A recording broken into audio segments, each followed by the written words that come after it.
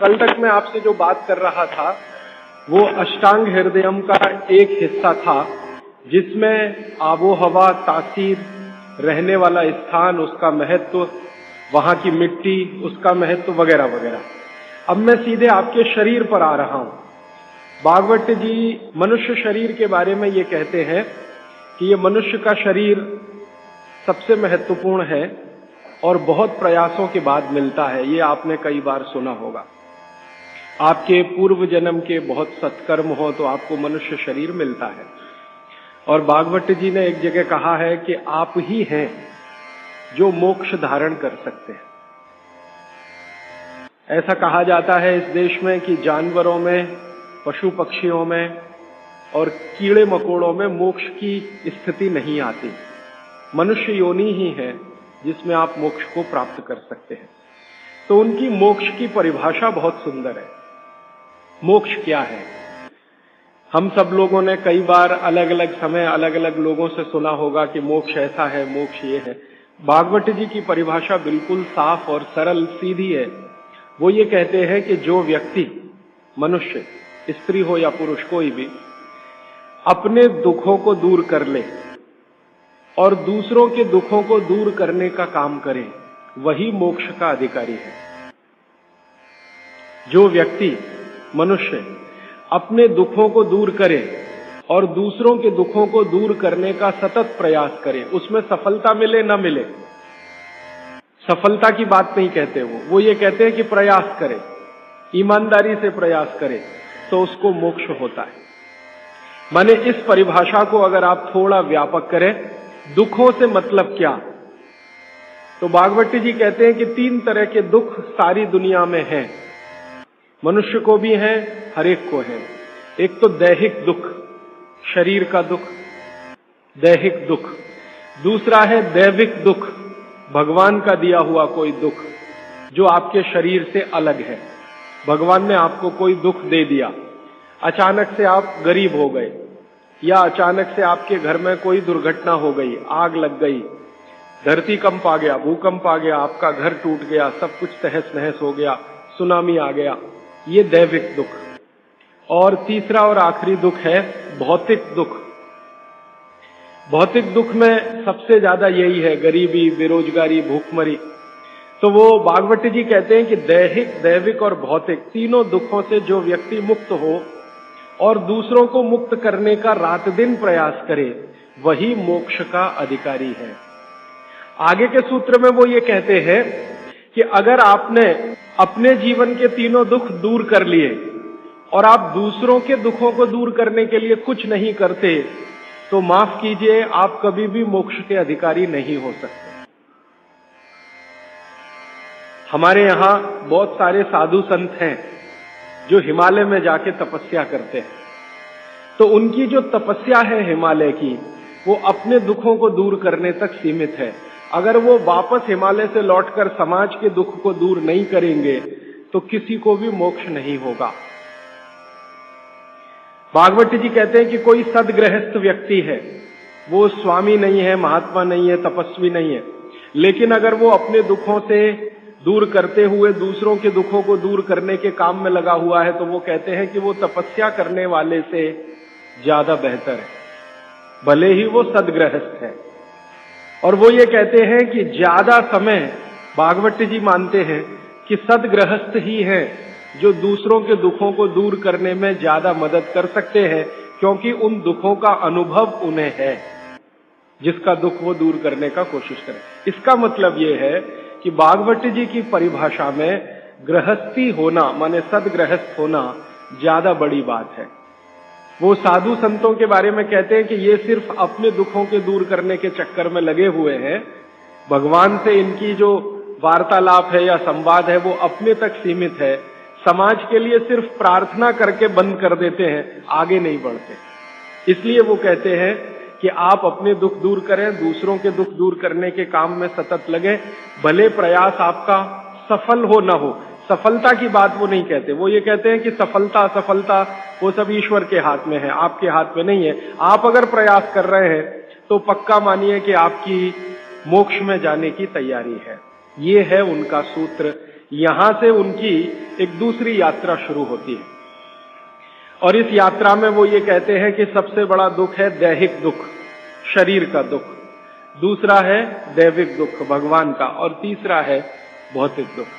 तो आपसे भौतिक दुख की बात करना मैं समझता हूं कोई जरूरी नहीं है, क्योंकि आप जिस वर्ग से आते हैं आपको भौतिक दुख तो मैं मानता हूं नहीं ही है, तो उस पर समय खराब करने से ज्यादा फायदा नहीं। आपसे जो सबसे ज्यादा मैं बात करूंगा, जिसकी जरूरत भी है आपको, वो दैहिक दुख के बारे में बात करूंगा। आपका शरीर का दुख दूर कैसे करें। तो भागवत जी का सूत्र है, वो ये कहते हैं कि शरीर दुख दूर करने के लिए सबसे महत्वपूर्ण है आपका पेट। ये जो पेट है, शरीर का मध्य भाग, वो ये कहते हैं कि शरीर का दुख दूर करने में सबसे बड़ी भूमिका इसकी है। अगर शरीर का पेट और बाकी अंगों के बारे में प्रतिशत के हिसाब से तुलना करें तो 90% दुख पेट से है, 10% दुख है जो पेट के बाहर से है। पेट के बाहर से माने घुटनों से हो सकता है, एड़ियों से हो सकता है, जंघाओं से हो सकता है, या हृदय स्थान से हो सकता है, मस्तिष्क से हो सकता है। इसको आज की भाषा में अगर मैं कहूं, 90% बीमारियां हमारे जीवन की पेट से जुड़ी हुई हैं। 90%। 10% बीमारियां हैं जो पेट के बाहर की हैं। उन 10% में हार्ट अटैक आ गया, उन 10% में पैरालिसिस आ गया, उन 10% में अर्धांग वायु, पैरालिसिस का ही दूसरा नाम है, वो आ गया, एपिलेप्सी आ गई, वगैरह वगैरह, मस्तिष्क की ढेरों बीमारियां। 10% में ही है बाकी। इस बात को फिर ध्यान दीजिए। पहली बात जो मैंने आपको पहले दिन कही थी कि जिंदगी की बीमारियों में 85% ऐसी हैं जिनको आप खुद ठीक कर सकते, मात्र 15% हैं जिनमें विशेषज्ञ की जरूरत है। अब भागवत जी की दूसरी महत्व की बात हमेशा याद रखिए कि जितनी बीमारियां हैं उनमें 90% पेट से है, 10% पेट के बाहर से है। और उन 10% में एक्सीडेंट भी शामिल है, आपका ब्रेन हेमरेज भी शामिल है, पैरालिसिस भी शामिल है, हार्ट अटैक भी शामिल है, वगैरह वगैरह। बाकी सब पेट से है। तो भागवत जी कहते हैं कि पेट आपके जीवन का सबसे महत्वपूर्ण अंग है शरीर के लिए और आपको दुख से बचाने के लिए। तो वो कहते हैं कि सबसे ज्यादा ध्यान आपको आपके पेट का रखना है। तो पेट का ध्यान जिंदगी भर आप रखें, उसके लिए उन्होंने सूत्रों की एक श्रृंखला बनाई है। ये सूत्रों का पालन करें तो जीवन में पेट से होने वाला कोई दुख नहीं होगा, माने 90% बीमारियां नहीं होंगी। और ये 90% बीमारियों की संख्या अगर गिनूं तो 148 है। माने आज से मैं जो सूत्र बताने जा रहा हूं, इनका पालन अगर आप करेंगे तो आप अपने जीवन में 148 बीमारियों से हमेशा बचेंगे। और भागवत जी का ये कहना है कि बीमारियों से बचना बहुत महत्व का है बनिस्बत की बीमारियों का इलाज करना। तो अंग्रेजी में अक्सर आपने सुना है prevention is better than cure. तो आप अगर बीमारियों से बच रहे हैं तो वो कहते हैं कि ये सबसे महत्व का है। तो आप उनको आज के सूत्रों को थोड़ा ज्यादा ध्यान से सुने। वैसे तो आप सभी सूत्र ध्यान से सुन रहे हैं, लेकिन आज के जो सूत्र हैं वो जिंदगी का फंक्शनल हिस्सा है। आप जानते हैं कि कोई भी सिद्धांत होता है उसका एक हाइपोथेसिस होता है और उसका एक फंक्शनल पार्ट होता है। तो आज से जो शुरू हो रहा है वो फंक्शनल पार्ट है। इस फंक्शनल पार्ट में सबसे पहला सूत्र भागवत जी का, भागवत जी के लिए उनके 7000 सूत्र सभी महत्व के हैं, सभी महत्व के। उन 7000 में से मैंने कुछ चुनकर निकाले हैं जो मुझे लगता है 2007 के हिसाब से बहुत महत्व के हैं। हो सकता है 3500 साल पहले कोई सूत्र बहुत महत्व के हों और अब 2007 में हमारी जीवन शैली के हिसाब से वो उतने महत्व के ना हो, क्योंकि भागवत जी ने जिस जीवन शैली में रहते हुए वो सूत्र लिखे हैं वो ऋषि मुनियों की जीवन शैली है। आपकी जीवन शैली और ऋषि मुनियों की जीवन शैली में थोड़ा अंतर है। तो आपकी जीवन शैली के हिसाब से मैंने जो सूत्र निकाले और जिनको मैं महत्व का क्रम देता हूं, उसमें सबसे पहला सूत्र, संस्कृत में वो कहते हैं कि पेट जिंदगी भर आपका अच्छा रहे, दुरुस्त रहे। इसका मतलब यह है कि आप जो कुछ भी खा रहे हैं उसका ठीक से आप पाचन करते रहें। वो कई बार ये लिखते हैं अपने सूत्रों में कि खाना महत्व का नहीं है, खाने को पचाना महत्व का है। आपने खाने को खाया, ये इतना महत्व नहीं है। जिसको आपने खाया उसको पचाया, ये ज्यादा महत्व का है। क्योंकि भोजन पचेगा तो रस बनेगा, उसी रस में से मांस, मज्जा, रक्त, मल, मूत्र, वीर्य, मेद, ये सब बनेगा, अस्थियां बनेंगी और वही आपके शरीर के लिए आगे जीवन में काम आएंगे। तो खाया वो महत्व का, उससे भी ज्यादा महत्व का खाया हुआ पचाया।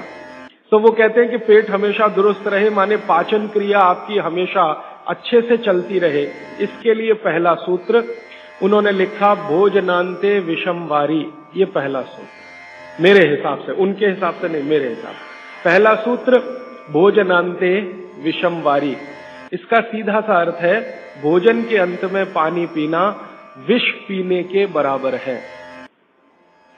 सूत्र ये है भोजन अंते, भोजनांते। आप जानते हैं संस्कृत में मिला के कहने की परंपरा है। भोजन अंते माने भोजन के अंत में, भोजनांते विषम वारी। विष समझते हैं आप, जहर, जहर जैसा क्या है? पानी। भोजन के अंत में पानी जहर के जैसा है, विष के जैसा है। ये सूत्र है। अब इसको थोड़ा व्याख्यायित करता हूं ताकि समझ में आए। भोजन के अंत में पानी विष के जैसा है, ये बात वो कह रहे हैं। इसको समझना चाहिए कि क्या कह रहे हैं। सूत्र उतना ही है, समझने के लिए मैं आपको बहुत उदाहरण दूंगा ताकि आप जल्दी पता कर पाए। भागवत जी ने एक सूत्र में ये कहा है कि हमारा जो शरीर है, इसका जो मुख्य स्थान पेट है, इसमें एक स्थान होता है पेट के अंदर, नाभि, लेफ्ट साइड में, नाभि से थोड़ा ऊपर जहां मेरा हाथ रखा हुआ है, इस स्थान को कहते हैं जठर। संस्कृत में कहते हैं जठर, हिंदी में कहते हैं आमाशय। जठर, आमाशय, अंग्रेजी में चाहे तो एपिगैस्ट्रिकम। तो ये जो जठर स्थान है, भागवत जी कहते हैं कि इसमें अग्नि प्रदीप्त होती है, उसी को कहते हैं जठराग्नि।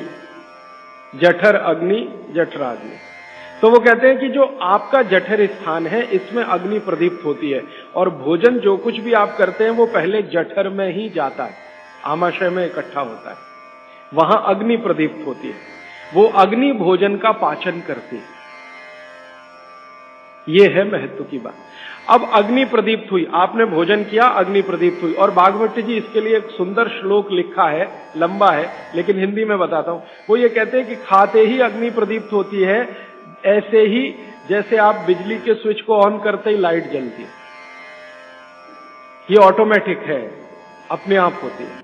आपने रोटी का पहला टुकड़ा मुंह में डाला और जैसे ही टुकड़े को चबाना शुरू किया, लार बनना शुरू हुआ, तुरंत अग्नि प्रदीप्त हो जाती, पहले ही टुकड़े में।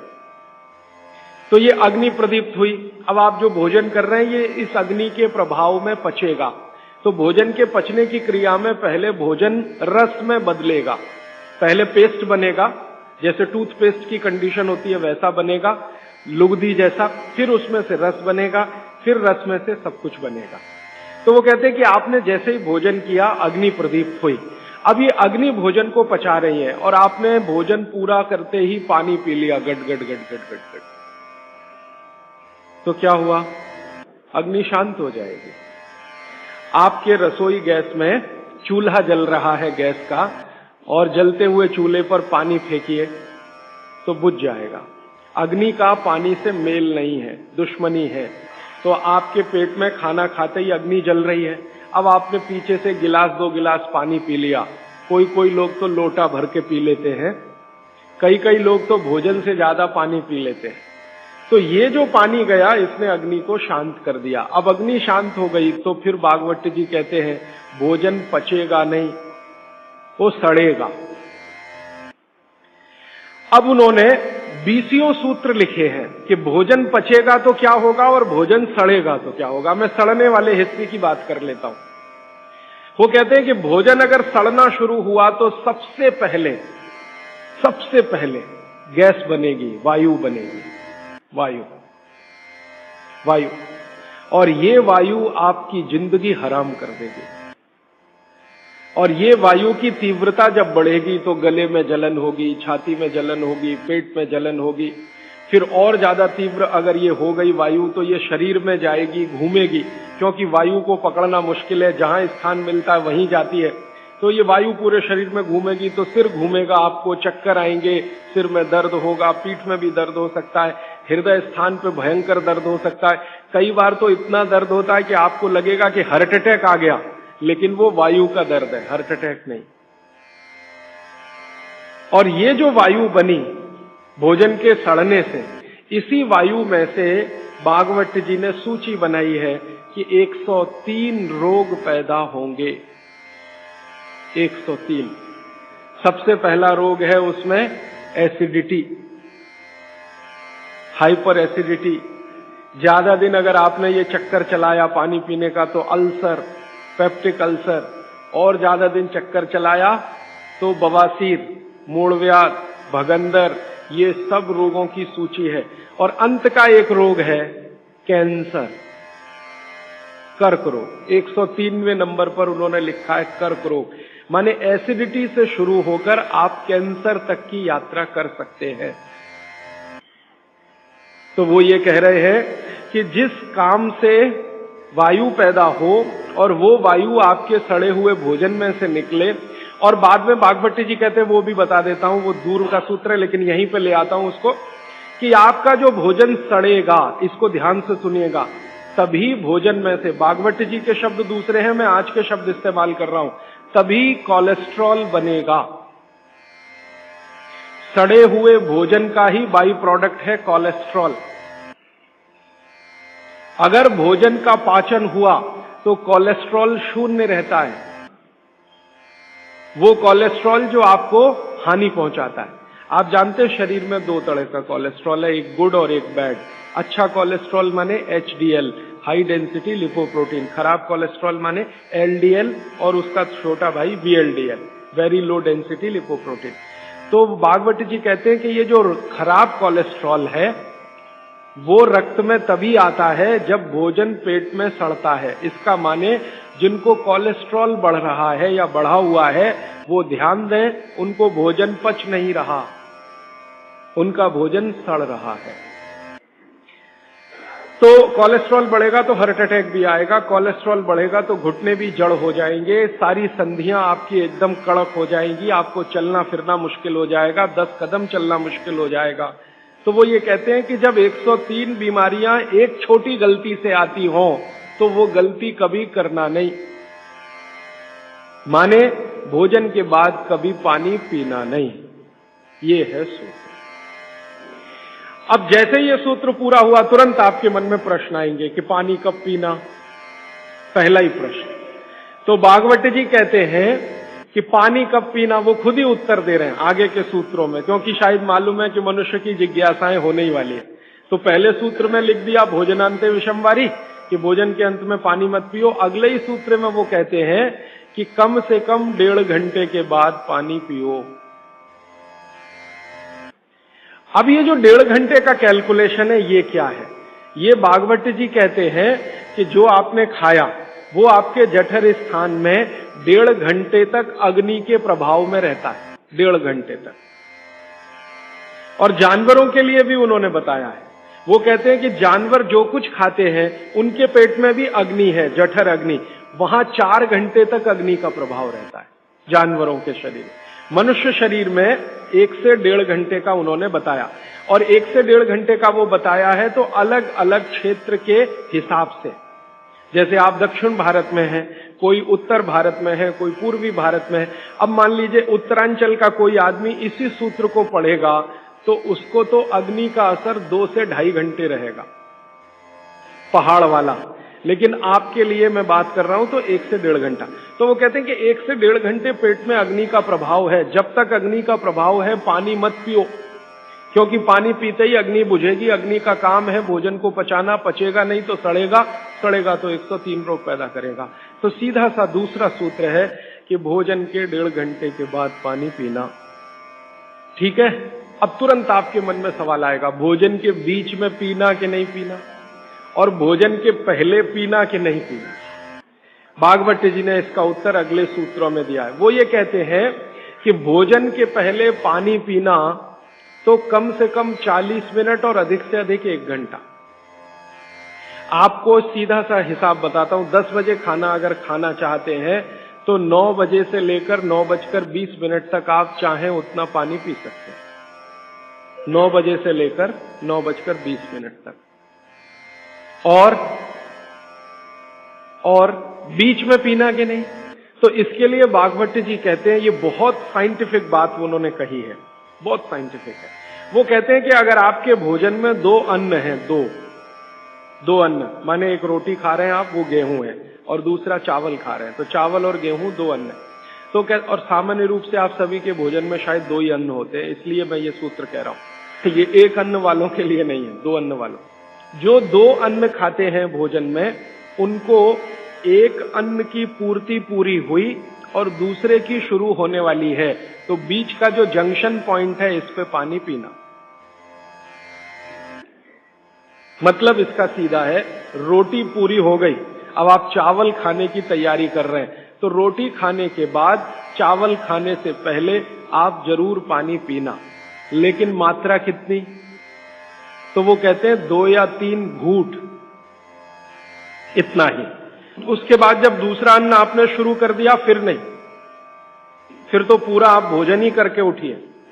अब आप भोजन कर लिया तो गला साफ करने के लिए थोड़ा 1-2 घूंट और पी लेना, गला साफ करने के लिए। पानी पीने के लिए नहीं है, वो गला साफ करने के लिए।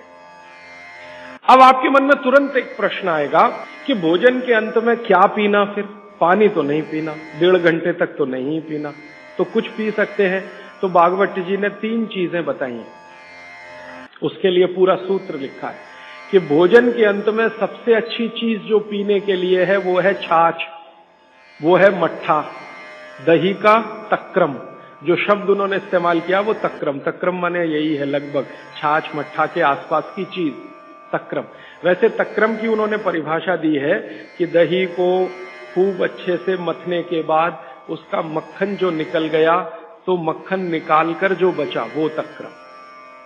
मक्खन रह गया तो वो लस्सी, लस्सी पीने के लिए नहीं कह रहे, तक्रम की बात है।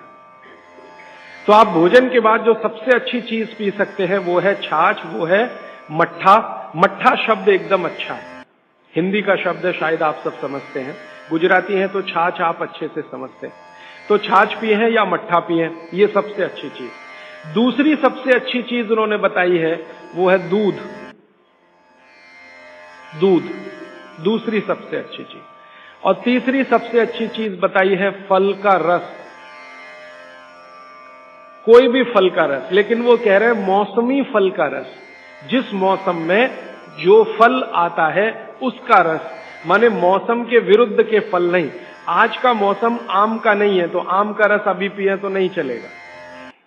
आज का मौसम गन्ने के रस का है तो गन्ने का रस ही पिए। थोड़े दिन के बाद संतरे के रस का मौसम आ जाएगा तो संतरे के रस का। भागवत जी कहते हैं कि जो चीज प्रकृति ने जिस समय में प्रचुर मात्रा में उपलब्ध कराई हो उसका रस। तो आप ये कहें कि कोल्ड स्टोरेज से लाया हुआ संतरा और उसका रस निकाला या मौसमी का रस, ये सर्वनाश करेगा, सत्यानाश नहीं, सर्वनाश करेगा। वो ये कहते हैं कि भगवान ने और प्रकृति ने आपके शरीर के हिसाब से सारी चीजों को सेट किया है, और वो कहते हैं कि भगवान ने इस प्रकृति को बनाया है तो बहुत ही सोच समझकर बनाया, एक एक माइक्रो कैलकुलेशन उसने किए, तब आपको ये प्रकृति के साथ उसने रखा है। तो प्रकृति में जब जो चीज बहुत मात्रा में हो उसी का रस, जैसे अभी टमाटर का सीजन है तो आप भोजन के बाद टमाटर का रस पी सकते हैं भरपेट। इस समय गन्ने के रस का सीजन है तो भोजन के बाद आप गन्ने का रस भरपेट पी सकते हैं। जो भी अभी थोड़े दिन में अंगूर का सीजन आ जाएगा तो भोजन के बाद अंगूर का रस पी सकते हैं, संतरे का, जब जब जो सीजन आए वो ध्यान रखना है। अब इसमें आगे एक सूत्र है वो बहुत महत्व का है। भागवत जी कहते हैं मट्ठा या छाछ कब पीना, दूध कब पीना, रस कब पीना। तो उसके लिए उन्होंने बहुत स्पष्ट और बहुत जोर देकर ये कहा है कि मट्ठा हमेशा दोपहर के भोजन के बाद ही पीना, सामान्य लोगों के लिए। असामान्य लोगों के लिए बाद में बताऊंगा, जो सामान्य लोग हैं आपके मेरे जैसे, मट्ठा हमेशा दोपहर के भोजन के बाद ही पीना। और दूध हमेशा रात के भोजन के बाद ही पीना। दूध माने शाम को 6-7 बजे के भोजन के बाद ही पीना। और जूस हमेशा सुबह के भोजन के बाद ही पीना। सुबह का भोजन माने नाश्ता। भागवत जी ने नाश्ता शब्द कहीं नहीं इस्तेमाल किया है। सुबह का भोजन, आप उसको नाश्ता कहते हैं। तो सुबह के भोजन के बाद जूस, दोपहर के भोजन के बाद मट्ठा और रात के भोजन के बाद दूध। और वो ये कहते हैं आगे के सूत्र में कि इनका क्रम उल्टा सीधा मत करना कभी। माने सुबह के भोजन के बाद दूध पी लिया, रात के भोजन में जूस पी लिया या मट्ठा पी लिया। वो कहते हैं ये उल्टा क्रम आप मत करना। क्यों नहीं करना? तो आगे वो एक्सप्लेनेशन देते हैं, वो ये है बहुत महत्व का कि हमारे शरीर को मट्ठे का पाचन होने के लिए जो रस की जरूरत होती है, रस माने एंजाइम, जो एंजाइम या रस की जरूरत होती है वो दोपहर को ही होते हैं पेट में।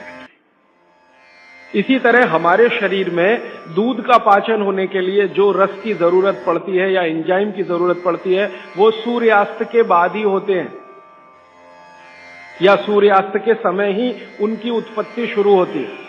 और जो रस और एंजाइम की जरूरत जूस पचाने के लिए है वो सुबह ही होते हैं। इसलिए आप नियम बना लो, ब्रेकफास्ट में जूस, लंच में मट्ठा छाछ और डिनर में दूध। बच्चों को भी यही नियम, बड़ों को भी यही नियम। अब आप कहेंगे हमारे बच्चे तो स्कूल जाते हैं दूध पीकर जाते हैं, तो बदल दो, जूस पीकर भेजो या पिलाकर भेजो। और आप कहेंगे जी पिएंगे नहीं।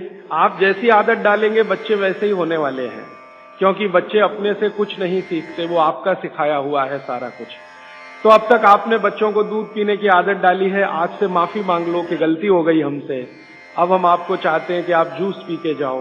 क्यों जाओ? तो उनको ये बात समझाओ, शायद समझ जाएं, वो भी समझ जाएंगे तो उनकी भी जिंदगी में ये परमानेंट हो जाएगा। सुबह के नाश्ते के बाद जूस पीना, दोपहर के भोजन के बाद मट्ठा, रात के भोजन के बाद दूध।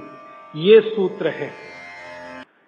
अभी इसके आगे का सूत्र भागवत जी कहते हैं कि आप खाने के 1.5 घंटे के बाद पानी पिएं, क्योंकि जठर के अग्नि के प्रभाव में खाना 1.5 घंटे तक रहता है। तो पानी कैसे पिए? कैसे पिए पानी? तो हमारे यहां पानी पीने के बहुत तरीके हैं। लोटा मुंह से लगाया, गट गट गट गट उतार लिया। गिलास मुंह से लगाया, गट गट गट गट उतार लिया। क्या ये तरीका? तो भागवत जी कहते हैं नहीं, ये तरीका बिल्कुल गलत है पानी पीने। वो कहते हैं कि पानी को चुस्कियां ले लेकर पिए, घूंट भर भर के पानी पिए, सिप ले लेकर पानी पिए। ऐसा पानी पीने का नियम। जैसे आप गर्म दूध पीते हैं ना, भागवत जी बिल्कुल उसके समकक्ष रखते हैं कि गर्म दूध आप जैसे पीते हैं एक एक सिप या चुस्की लेकर घूंट भर के, ऐसे ही पानी पिए। अब ये क्यों? ये समझ लें। आप एक साथ पूरा पानी उतारें गले के नीचे और एक एक घूंट पानी उतारें गले के नीचे, दोनों में जमीन आसमान का अंतर है। क्या अंतर है? मैं आपको एक महत्व की बात समझाना चाहता हूं, ये जीवन भर याद रहे तो बहुत अच्छा। हमारे पेट में भोजन को पचाने के लिए अग्नि होती है और इस अग्नि को तीव्र करने के लिए अम्ल होता है, अम्ल, एसिड। आप जानते हैं पेट में अम्ल बनता है, प्राकृतिक रूप से बनता है। अब पेट में तो अम्ल बनता है और भगवान ने ऐसी व्यवस्था की है कि पेट में अम्ल दिया है और मुंह में क्षार बनता है, जिसको लार कहते हैं। आप लार, स्लाइवा, सैलिवा, लार, लाला रस, अलग अलग नामों से आप जानते हैं। तो मुंह में बनती है लार, ये है क्षार, और पेट में बनता है अम्ल। आप थोड़ा भी अगर विज्ञान जानते हैं तो आप जानते हैं कि क्षार और अम्ल को मिलाओ तो हो जाता है न्यूट्रल। अम्ल और क्षार आपस में मिले तो न्यूट्रल होता है, माने सामान्य चीज बनती है, जिसको हम लोग कहते हैं लवण। एक लवण होता है नमक, वो अलग है, केमिस्ट्री के लवण की बात कर रहा हूं। तो अम्ल और क्षार आपस में मिलते रहे तो न्यूट्रल होते हैं। अम्ल का मतलब है जिसका पीएच 7 से कम है, और क्षार का मतलब है जिसका पीएच 7 के आगे है, और न्यूट्रल का मतलब जिसका पीएच 7 है। ये जो पानी है ना, पानी, ये ना अम्ल है ना क्षार है, ये न्यूट्रल है। तो भागवत जी कहते हैं कि पेट आपका अक्सर पानी के जैसा रहे तो बढ़िया। और जिनका पेट पानी के जैसा, माने पेट की अम्लता ना बढ़े और पेट का क्षारपन भी ना बढ़े, pH 7 के आसपास रहे, तो भागवत जी कहते हैं ऐसे व्यक्ति को 100 से ज्यादा वर्ष जीने की पूरी गारंटी है, बिना एक भी दवा खाए और बिना चिकित्सक के पास जाए। अब आपके पेट में अम्ल बन रहा है, मुंह में लार बन रही है, अगर पानी आप घूट घूट पीते हैं तो ये पानी के साथ लार मिलके अंदर जाती है, और पानी एक साथ गट पीते हैं तो कम लार पानी के साथ मिलकर जाएगी।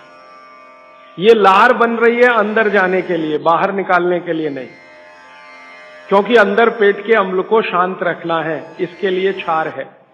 तो वो ये कहते हैं कि घूट घूट पिया पानी, अगर सिप सिप करके आपने पानी पिया तो ज्यादा लार अंदर जाएगी, तो अम्ल को शांत करने में मदद आएगी, इसलिए आपका पेट न्यूट्रल रहेगा और आपकी जिंदगी बिना किसी दवा और रोग के आराम से 100-150 साल हो जाएगी।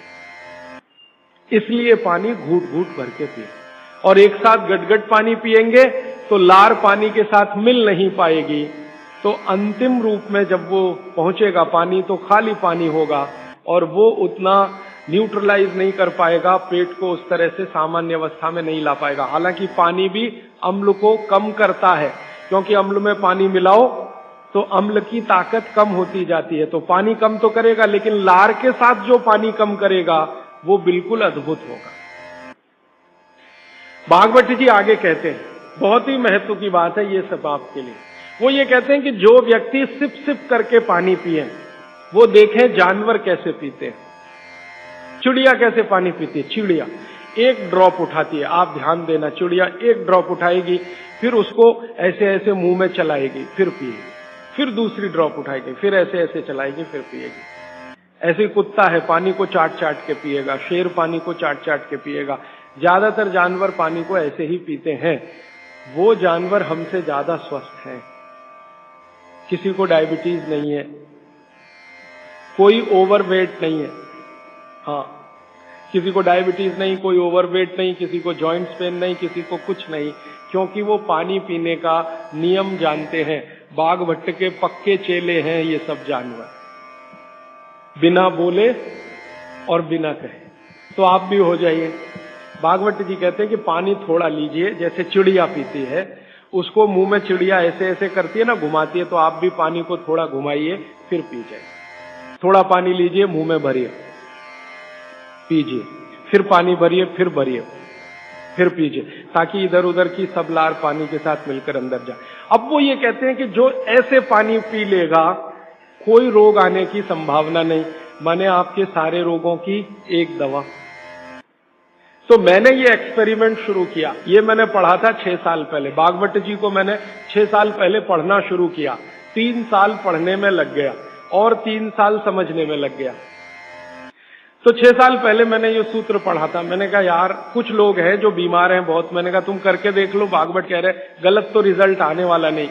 तो आपको सुनकर हैरानी होगी, हमारे जो दोस्त हैं, सहयोगी हैं, जिनका वजन बहुत ज्यादा था, उन्होंने पानी सिप सिप करके पीना शुरू कर दिया, और भोजन के 1.5 घंटे के बाद पानी पीना शुरू। ये 2 सूत्रों का ही परिणाम है कि सबके वजन पहले से आधे हो गए।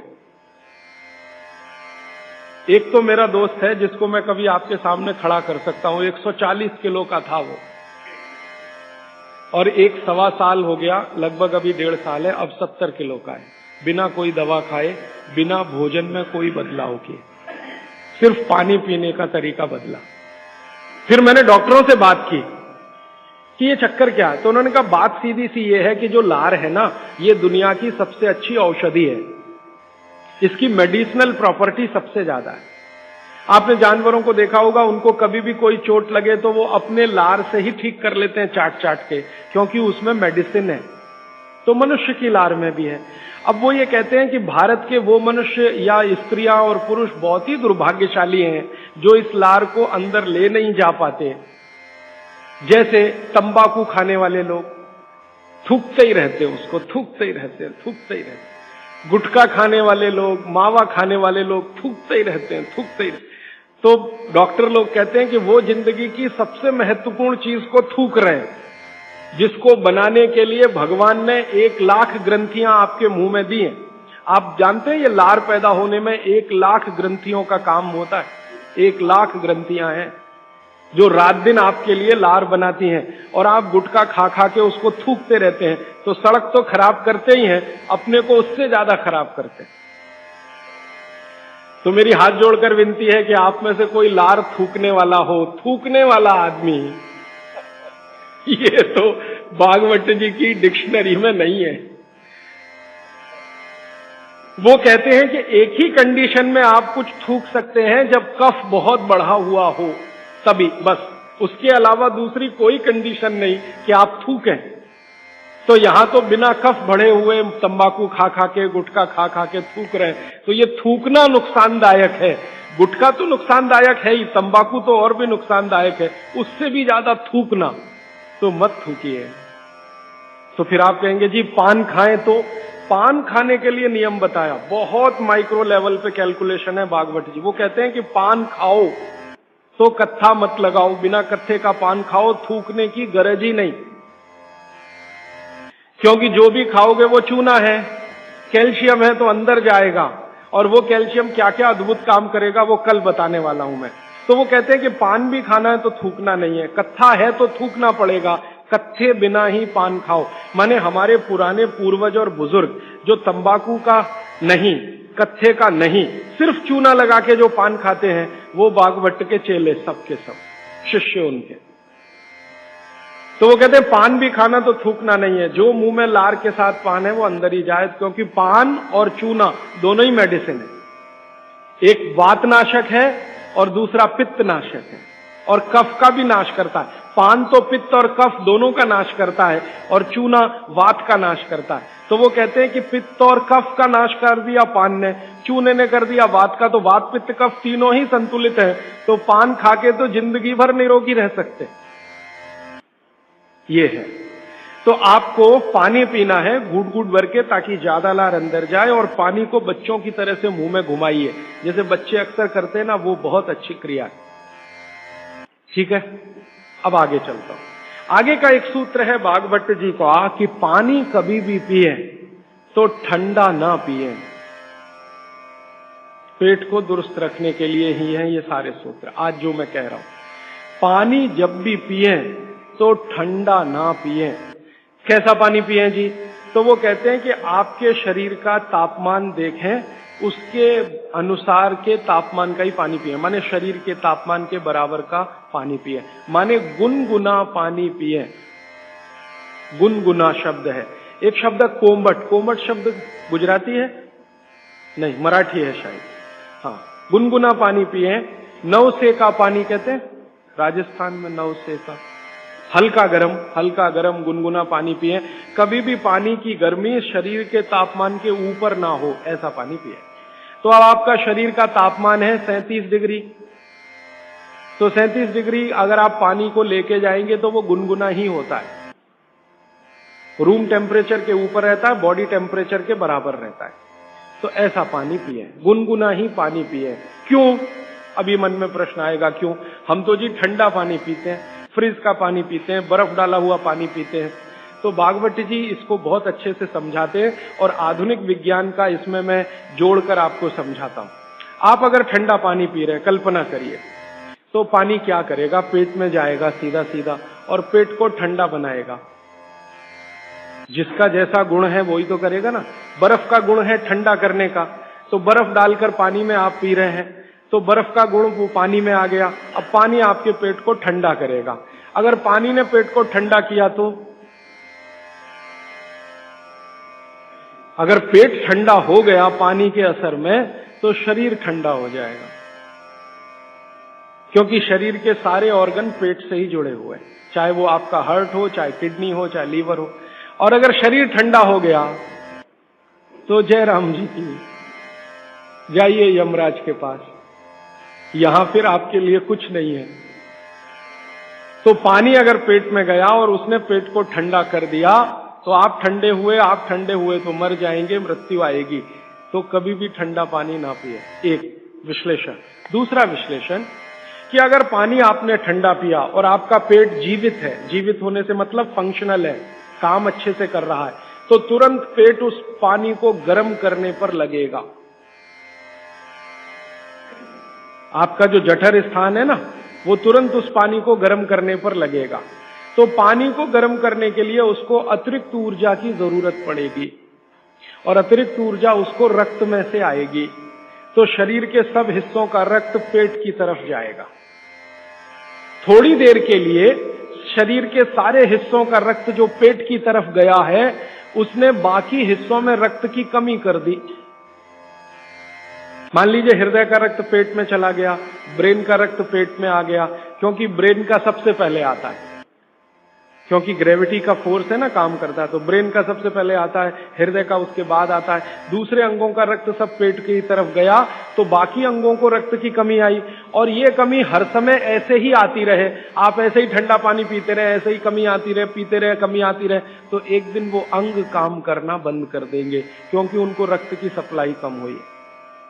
और वो अंगों ने काम करना बंद किया तो ब्रेन हेमरेज हो गया, वो अंगों ने काम करना बंद किया तो पैरालिसिस हो गया, वो अंगों ने काम करना बंद किया तो हार्ट अटैक हो गया।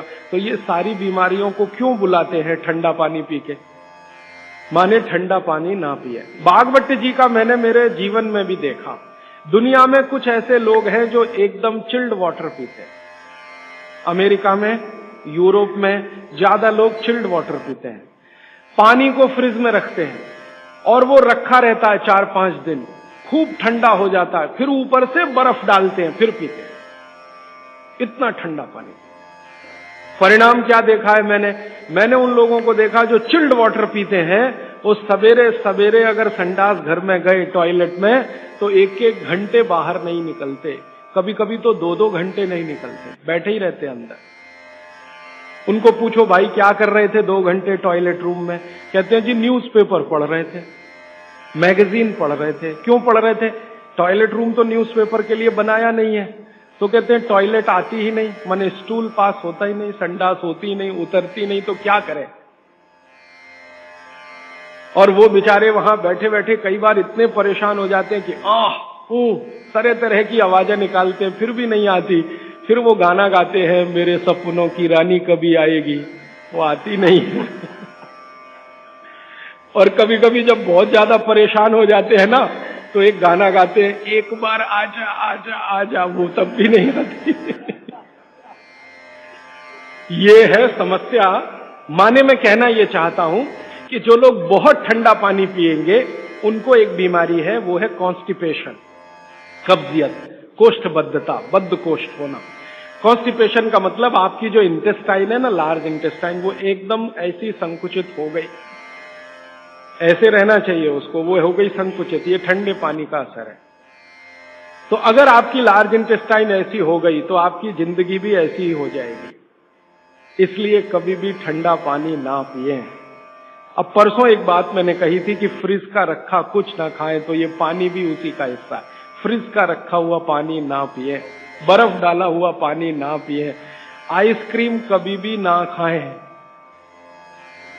क्योंकि वो भी ठंडी है। और मैं आपको एक विनम्रता पूर्वक कह देता हूं, वो बात वैसे आगे आएगी। बागवट जी कहते हैं कि 2 विरुद्ध चीजें एक साथ ना खाएं कभी भी, तो गर्म भोजन और ठंडी आइसक्रीम कभी ना खाएं। अक्सर मैं शादियों में, बारातों में जाता हूं, तो वहां मैंने देखा है कि भोजन गर्मा गर्म कराएंगे, अंत में आइसक्रीम जरूर खिलाएंगे। सर्वनाश, बुला बुला के हमारा सत्यानाश करते हैं। इनविटेशन देकर बुलाएंगे, आओ हमारे यहां मेहमान बनकर, तो पहले गर्म खाना खाओ, पीछे से ठंडी आइसक्रीम खाओ, ना मरो तो जल्दी मर जाओ। ऐसा आजकल आतिथ्य इस देश में चल रहा है। पहले कहते थे अतिथि देवो भव, अभी अतिथि दुश्मन भव। तो ये जो ठंडे होने की बात है, ये यहीं पर मैंने आपको जोड़ दी है। वैसे ये कल भी आने वाली है, परसों सॉरी। तो आपके जीवन में ये नियम बहुत ध्यान से पालन करें, सूत्र पालन करें कि पानी हमेशा घूट घूट पिए, ठंडा पानी कभी न पिए, भोजन के 1.5 घंटे के बाद पानी पिए। अभी चौथा सूत्र, आज का आखिरी सूत्र। भागवत जी कहते हैं कि सुबह का जीवन आपका जब शुरू होता है, दिन का जीवन आपका शुरू होता है, माने आप जब सोकर उठते हैं तभी से आपका दिन शुरू होता है, तो दिन की शुरुआत में सबसे पहले पानी पिए। दिन की शुरुआत में सबसे पहले पानी पिए, माने सुबह उठते ही पानी पिए, ये है मतलब कहने का। दिन की शुरुआत में सबसे पहले पानी पिए, माने सुबह उठते ही पानी पिए। आयुर्वेद के विभिन्न चिकित्सकों ने और वैद्यों ने इसको कहा ऊषा पान करें। ऊषा पान माने सुबह उठते ही पानी पीना, सबसे पहले पानी पीना, दांत धोए बिना पानी पीना, मुंह धोए बिना पानी पीना, कुल्ला किए बिना पानी पीना। अगर आप सुबह उठते ही बिना मुंह धोए पानी नहीं पी सकते तो रात को कुल्ला करके सोइए, दांत साफ करके सोइए, दंत मंजन करके सोइए, दातुन करके सोइए, उठते ही पानी पीजिए। क्यों? कारण पूछिए। कारण उसका यह है कि रात भर जब आप सो रहे थे तो शरीर की सारी क्रियाएं तो शिथिल हो जाती हैं, लेकिन ये लार बनने की क्रिया ज्यादा शिथिल नहीं होती, ये चालू रहती है। तो रात भर आपने लार बनाई है, मुंह में जगह जगह जमा है, वो अंदर जाना बहुत जरूरी है, क्योंकि वो बेशकीमती है। भागवत जी कहते हैं कि ब्रह्म मुहूर्त की जो लार होती है वो बाकी 24 घंटों में सबसे ज्यादा कीमती है। तो सुबह सुबह जो लार बन रही है ये अंदर जानी ही चाहिए, इसलिए बिना कुल्ला किए पानी पीने का नियम है। इसी को ऊषापान कहा जाता है। तो सुबह उठते ही पानी पिए। कितना पिए जी? तो उन्होंने 1 से 1.25 लीटर का कैलकुलेशन दिया वयस्कों के लिए। वयस्क माने 18 से 60 साल, 1 से 1.25 लीटर। और 18 से नीचे वाले जो लोग हैं उनके लिए 1.25 लीटर माने 750 ग्राम, और 60 के ऊपर वालों के लिए भी 750 ग्राम, 750 ग्राम। 750 ग्राम माने कम से कम 2 गिलास बुजुर्गों के लिए, 2 गिलास बच्चों के लिए, और 3 गिलास आपके उम्र के लोगों के लिए। कम से कम इतना पानी पिए। पीने का तरीका मैंने बता दिया, वो घूट घूट सिप सिप करके ही पीना है, मुंह में घुमा घुमा के पानी पीना है। भागवत जी ने ये जो कहा ना सुबह की लार बहुत कीमती होती है, मैंने इस पर थोड़े कुछ एक्सपेरिमेंट किए पिछले एक आध साल। बहुत सारे कुछ पेशेंट ऐसे हैं जिनको डायबिटीज है, और डायबिटीज की कंडीशन में आप जानते हैं कि कोई घाव हो जाए, घाव तो जल्दी भरता नहीं। तो मेरे पास ऐसे कुछ 8-10 पेशेंट हैं जिनको ऐसी ही कंडीशन है। डायबिटीज होने के कारण शरीर में फुंसी हो गई, फोड़ा हो गया, घाव बढ़ गया, वो भरता नहीं। मैंने उनको दवाएं बंद किया होम्योपैथी का। फिर मैंने कहा भैया, भागवत जी ने कहा कि सुबह की लार बहुत कीमती है, तुम ऐसा करो सुबह उठते ही जो लार है ना उसको लगाओ तुम्हारे घाव पे, और आप देखेंगे चमत्कार। 15 से 20 दिन में घाव भरना शुरू, 3 महीने में बिल्कुल बराबर। एक तो मेरे पास गैंग्रीन का पेशेंट है, गैंग्रीन हुआ, डॉक्टर कहता था पैर काटना ही पड़ेगा इसका, कुछ होता नहीं अभी। और कोई, उसने बेचारे ने साल भर लार लगा लगा के ही अपना ठीक कर लिया।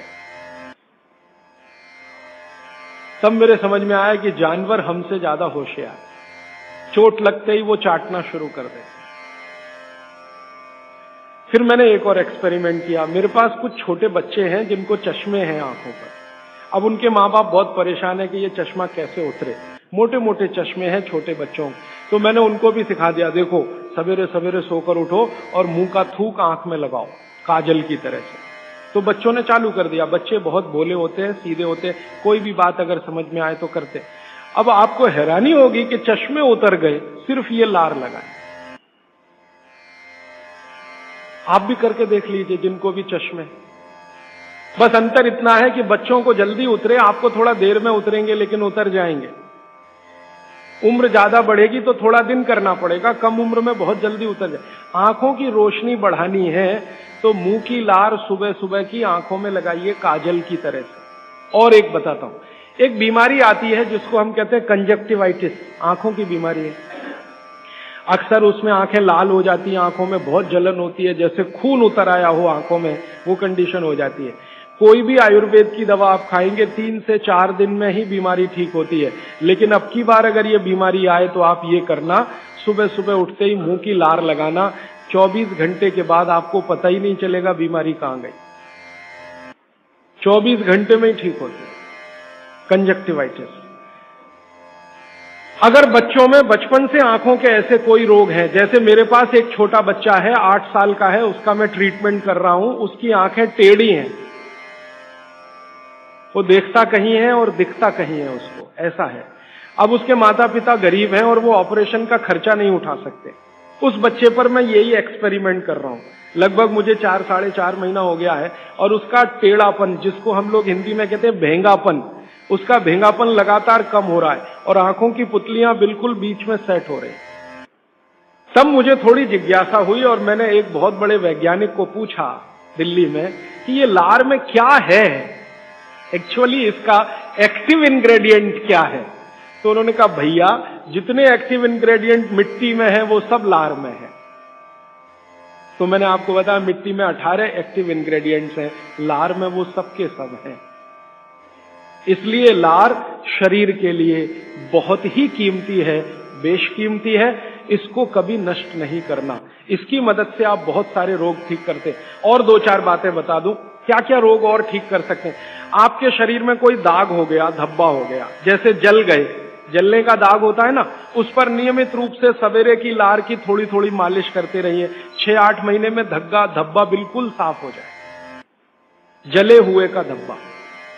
शरीर में और कोई ऐसा अंग में सफेद दाग दिख रहा है या काला दाग हो गया या फलाना हो गया या ढिमाका हो गया, एक्जिमा हो गया, मान लो खराब बीमारी की बात करूं, एक्जिमा हो गया, एक्जिमा पे रोज सुबह की लार लगाइए, मालिश करते रहिए, 6-8 महीने के बाद देखिएगा साफ। और एक्जिमा से भी ज्यादा खराब बीमारी है सोराइसिस, वो भी ठीक होती है इसी लार।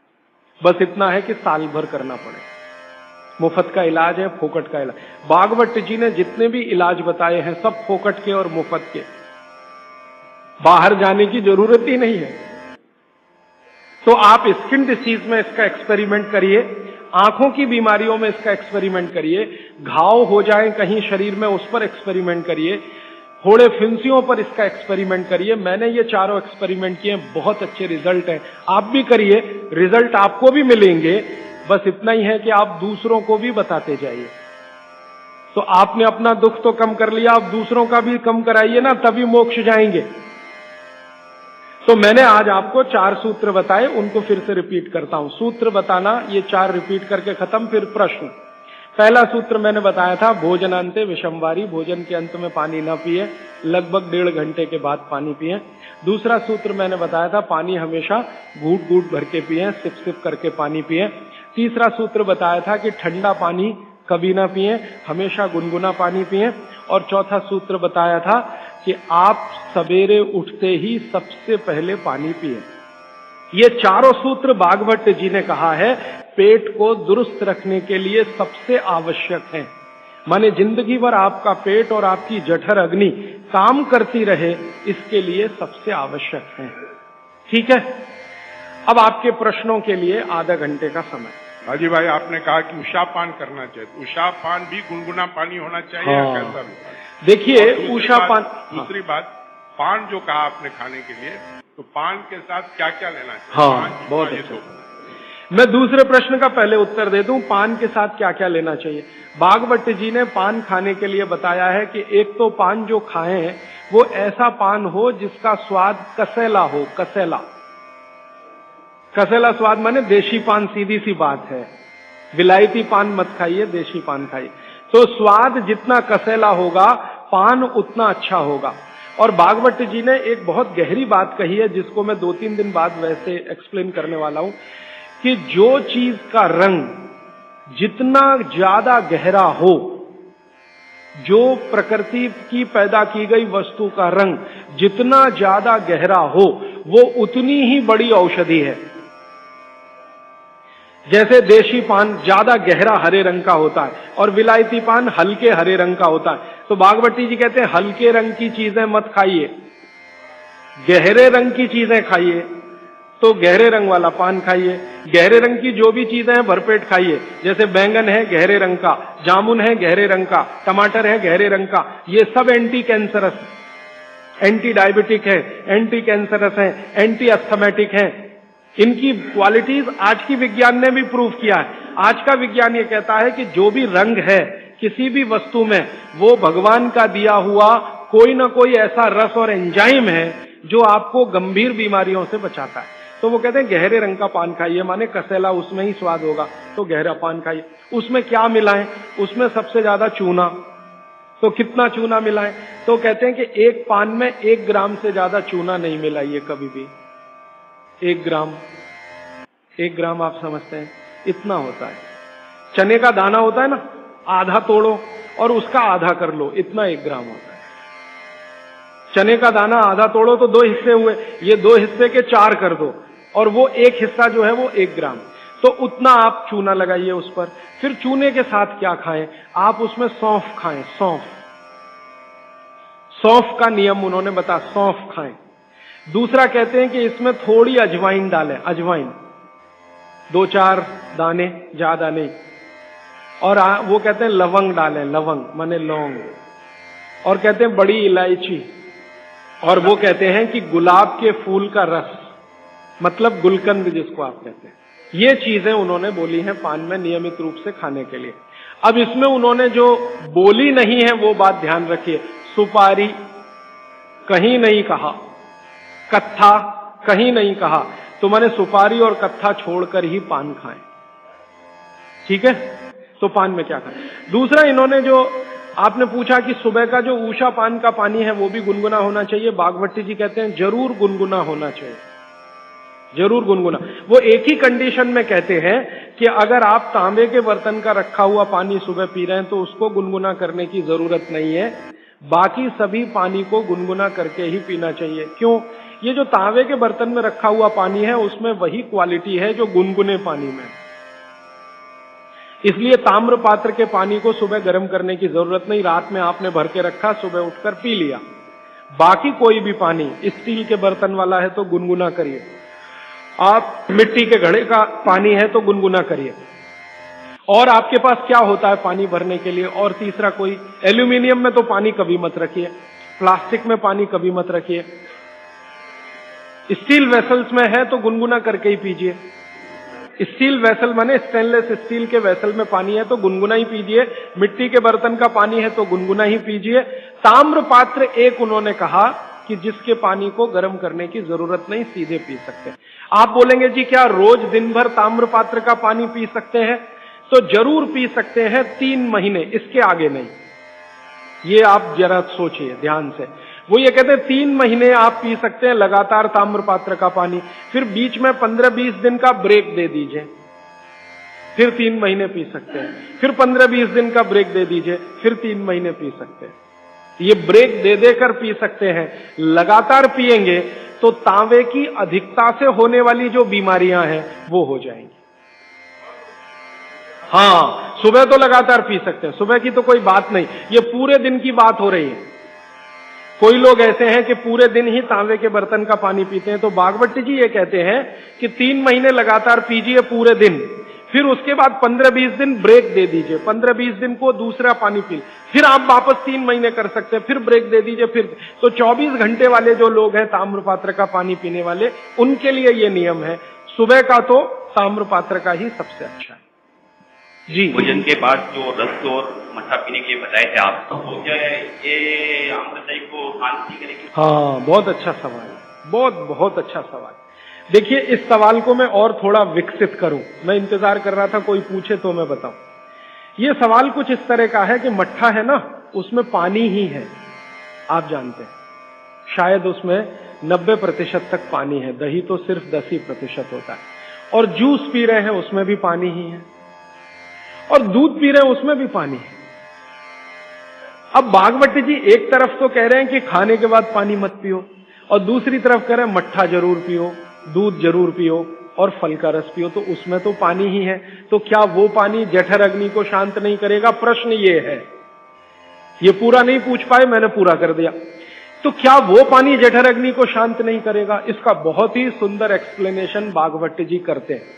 वो ये कहते हैं कि पानी का जो गुण है वो अपना कुछ नहीं, ये बात ध्यान से समझिए, पानी का जो गुण है वो अपना कुछ नहीं है, पानी को जिस पात्र में रखा है या जिसमें मिलाया है उसी का गुण वो धारण करता। आपने एक पुराना गाना सुना है, पानी रे पानी तेरा रंग कैसा, फिर आगे है जिसमें मिला दो उस जैसा। तो पानी का रंग, गुण और धर्म तीनों ही वही होते हैं वो जहां मिल गया। तो आपने पानी को मिलाया दही में, तो अब वो पानी का गुण नहीं है, अब वो दही का गुण धारण करेगा। पानी को आपने मिलाया जूस में, माने फल में, तो फल के जो गुण हैं वो पानी में आ जाएंगे। और पानी है दूध में, तो दूध के सारे गुण वो धारण कर लेगा। तो पानी अगर सीधा पी रहे हैं इंडिपेंडेंट, तब उसके अपने गुण धर्म होते हैं, लेकिन मिलाया हुआ पानी जब भी किसी वस्तु के साथ आप पिएंगे तो उस वस्तु का गुण पानी में आएगा। इसलिए मट्ठा पीने को खुली छूट है, पेट भर के पीजिए। दूध पीने को खुली छूट है, पेट भर के पीजिए। जूस पीने को भी खुली छूट है, सादा पानी मत पीजिए। अब दही का गुण क्या है? अग्नि को प्रदीप्त करने का गुण है दही में, क्योंकि जो वस्तु में भी चिकनाई आ गई, चिकनाई समझते हैं आप, फैट, दही में भरपूर चिकनाई है। दूध से ज्यादा चिकनाई दही में है, दही से ज्यादा चिकनाई मक्खन में है, और सबसे ज्यादा चिकनाई घी में। तो भागवत जी कहते हैं कि जिस वस्तु में भी चिकनाई है वो अग्नि को और भड़काएगी। आप जो है ना घी डालते हैं यज्ञ में, तो अग्नि भड़कती है कि नहीं? ऐसे ही पेट में घी खाएंगे, दही खाएंगे, दूध पिएंगे तो अग्नि और प्रदीप्त होती है, माने खाने को और जल्दी से पचाएगी। खाली पानी अग्नि को शांत करता है, लेकिन पानी किसी में मिलाया हुआ अग्नि को प्रदीप्त करेगा, क्योंकि उसके गुण वस्तु के हिसाब से हो जाते हैं। जी राजीव भाई, आइसक्रीम खाने के बाद हम लोग कॉफी या चाय पी के और उसका ये सवा सत्यानाश। रीजन बताऊंगा परसों, क्योंकि ये परसों आने वाला है। देखिए मैं बताता हूं आपको, अभी बता दूं, कोशिश करूंगा शॉर्ट में बताऊं, क्योंकि और प्रश्न के लिए उत्तर के लिए समय रहे। कभी भी कोई गर्म चीज आप जैसे ही खाते हैं, कोई भी गर्म चीज, चाय पिया या कॉफी पिया या गर्म दूध पिया या गर्म खाना खाया, तो पेट फिर वही काम पे लग जाता है। क्या काम है पेट का? पहले ज्यादा गर्म वस्तु को पेट के तापमान पर लाता है पेट। आपका पेट का तापमान वही है जो मुंह का है, और बगल का तापमान मुंह का तापमान में थोड़ा अंतर रहता है, लगभग 1 से 1.5 डिग्री। तो पेट का तापमान लगभग 39 से 40 डिग्री के आसपास है।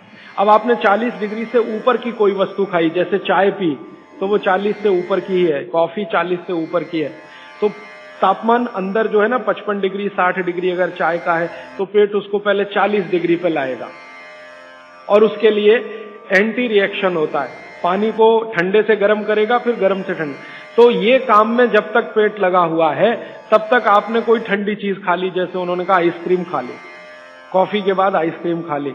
अब कंफ्यूजन वहां ये होता है कि क्या करें, वो पहले गर्म कॉफी को ठंडा करे या ये जो गर्म ठंडी आइसक्रीम आई इसको गर्म करे, तो फिर तो बहुत ही कंफ्यूजन होता है। ऐसा कंफ्यूजन जैसे आप गाड़ी चला रहे हैं, गाड़ी, इसको मैं समझाने के लिए कह रहा हूं, गाड़ी चला रहे हैं और हर 1 ही मिनट में आपको 2-3 गियर चेंज करने पड़े, 1 ही मिनट में।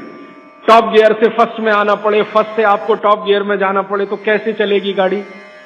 झटका देगी, तकलीफ देगी। ऐसे ही पेट में है कि पेट का एक गियर पड़ा हुआ है, वो गर्म कॉफी को ठंडा करने में लगा हुआ है, तब तक आपने आइसक्रीम खा के अब पेट को गियर चेंज करना पड़ेगा तुरंत, तो इसमें हो जाएगी समस्या। इसलिए कॉफी चाय के बाद ठंडी आइसक्रीम कभी भी ना खाएं, और ठंडी आइसक्रीम के बाद चाय कॉफी कभी भी ना पिए। गरम भोजन के साथ कभी भी आइसक्रीम और बर्फ आदि ना खाएं, और बर्फ आदि के साथ गरम भोजन ना करें। आपने पानी पीने का तरीका बताया कि सिप बाय सिप लेना, क्या उसका भी कोई तरीका है कि खड़े खड़े पानी पीना या बैठ? हाँ, बहुत अच्छा सवाल है, ये मैं कल बात करूं, क्योंकि कल वो सूत्र आने ही वाला है। जी देखिए, इन्होंने एक बहुत अच्छा सवाल पूछा है। दूध को भागवत जी ने बोला है शाम को ही पीना है। अब इनका प्रश्न यह है कि हम सुबह चाय पीते हैं, कॉफी पीते हैं, तो दूध उसमें होता ही है, तो क्या करें? भागवत जी के किसी भी शब्दकोश में चाय भी नहीं है, कॉफी भी नहीं है, क्योंकि भागवत जी 3500 साल पहले हुए। ये चाय कॉफी तो 250-300 साल पुरानी है, ज्यादा से ज्यादा 400 साल पुरानी।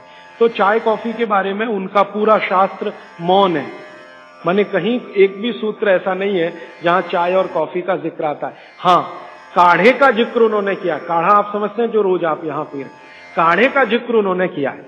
वो ये कहते हैं कि जो काढ़ा आपके वात को कम करे, आपके पित्त को कम करे और कफ को कम करे, ऐसा कोई भी काढ़ा दूध के साथ मिलाकर सुबह पिया जा सकता है।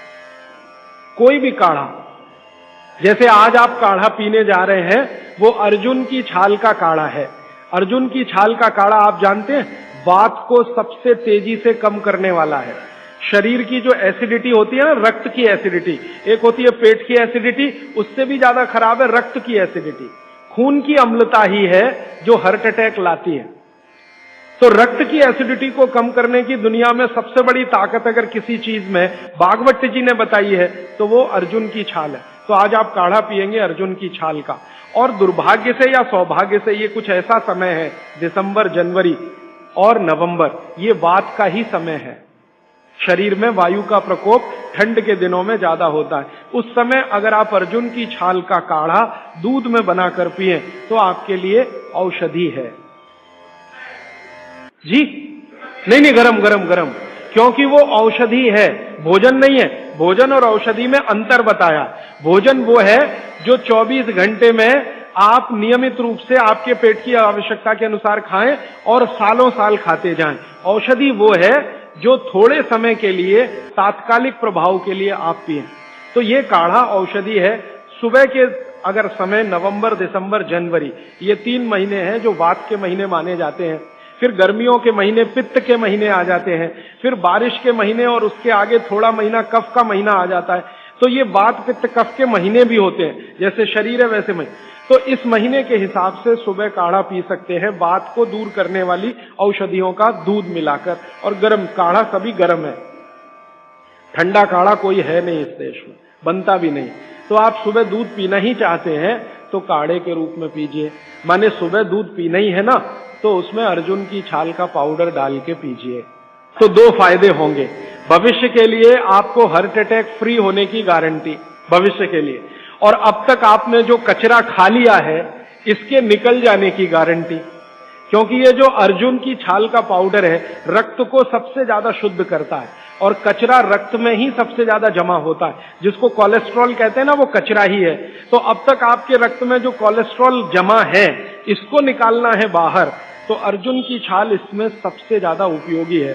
और सौभाग्य की बात यह है कि 40 रुपए किलो मिलती है। क्या भाव? 40 रुपए किलो, 20 रुपए किलो, 20 रुपए किलो अर्जुन की छाल मिलती है। और 150 रुपए किलो चाय मिलती है, और 1400 रुपए किलो कॉफी मिलती है, और 20 रुपए किलो अर्जुन की छाल मिलती है। तो कुछ तो होशियार बनिए, मारवाड़ी बनिए, कुछ तो अपने रक्त में लाइए, मारवाड़ का, राजस्थान का, गुजरात का। तो 20 रुपए किलो की अर्जुन की छाल नियमित रूप से आप पीजिए। मैं आपसे विनम्रता पूर्वक कह रहा हूं कि आप सब अपने घर में 3 महीने, ये जो नवंबर, दिसंबर, जनवरी, अभी तो दिसंबर पूरा तो निकल गया लेकिन जनवरी अभी बाकी है, तो 30 दिन आगे जनवरी के रोज सवेरे अर्जुन की छाल का पाउडर दूध में डालकर पीते रहिए। और अगले साल का याद रखिए, नवंबर, दिसंबर, जनवरी, तो ये 3 महीने अर्जुन की छाल पिया तो पूरे साल भर का कचरा निकालता है और अगले सालों की guarantee heart attack free. Quantity कितनी रहनी चाहिए? 1 गिलास दूध तो आधा चम्मच अर्जुन की छाल का पाउडर, आधा चम्मच माने टी स्पून। और इसमें अगर गुड़ मिलाएंगे तो बहुत अच्छा। गुड़ नहीं मिले तो एक गुड़ जैसी चीज आती है, काकवी। काकवी आप समझते हैं?